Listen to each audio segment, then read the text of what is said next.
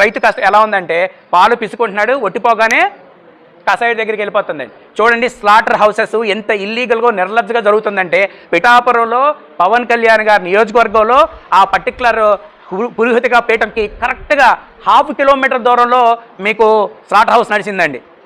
దానిని పట్టుకోవడానికి మా లాంటి వాళ్ళందరూ ట్రై చేసి వాటి పైన డ్రోన్లు ఎగరేసి ఏం జరుగుతుందో తీస్తుంటే డ్రోన్ ఎగరేసిన వాడి మీద నీకు లైసెన్స్ లేదని కేసు పెట్టారు, కానీ అక్కడ నీకు స్లాటర్ హౌస్ నడుస్తుంది ఇల్లీగల్గా అనే దాని మీద చర్య తీసుకోలేపారండి. ఎందుకంటే ఇది మోర్ దెన్ వాట్ ఈ మీట్స్ అవర్ ఐ. అక్కడ మన అందరికీ తెలిసిందే, జర్నలిస్ట్గా మీకు కూడా ఏం జరుగుతుందని తెలుసు. ఎప్పీస్మెంట్ పాలిటిక్స్ నడుస్తూ ఉంటాయి, కొన్ని రకాల క్యాస్టిస్ట్ బేస్డ్ పాలిటిక్స్ నడుస్తూ ఉంటాయి. కాబట్టి గవర్నమెంట్ కూడా నోరు మూసుకు కూర్చుంటుంది. నాలాంటి వాళ్ళు అడిగామనుకోండి ఇలాంటి ప్రశ్నలే వస్తాయి. ఇంటికి తీసుకెళ్ళి పెట్టుకోవచ్చు అని ఒక విషయాన్ని చెప్దాం అనుకుని వెళ్ళిపోయారు. ఇలాగే మీ ఇంటికి తీసుకెళ్ళి పెట్టుకోవచ్చు కదా అంటే మన బొంబాయి హైకోర్టు జస్టిస్ కూడా అన్నాడు, ఆ ఢిల్లీ హైకోర్టు జస్టిస్ కూడా అన్నాడు ఇంటికి తీసుకెళ్ళి పెట్టుకోనే అధికారం ఎవరికీ లేదు. ఫస్ట్ ఆఫ్ ఆల్ బొంబాయి హైకోర్టులో చీఫ్ జస్టిస్ కూడా ఏం చెప్పాడంటే మా కోర్టులో కూడా కుక్కల యొక్క బెడద ఎక్కువైపోయింది, కానీ మేము ఫీడ్ చేయడం స్టార్ట్ చేసాం, అవి నిద్రపోతున్నాయి, ఇప్పుడు మేము హాయిగా ఉన్నామన్నారు. అంటే ఏంటండి, ఒక ముద్ద పెడితే అవి మనతో ఎఫినిటీ పెంచుకుంటాయి, మన యొక్క కమ్యూనిటీతో మన ఈ will become a community member, మన కమ్యూనిటీలో మెంబర్స్ అవుతాయి.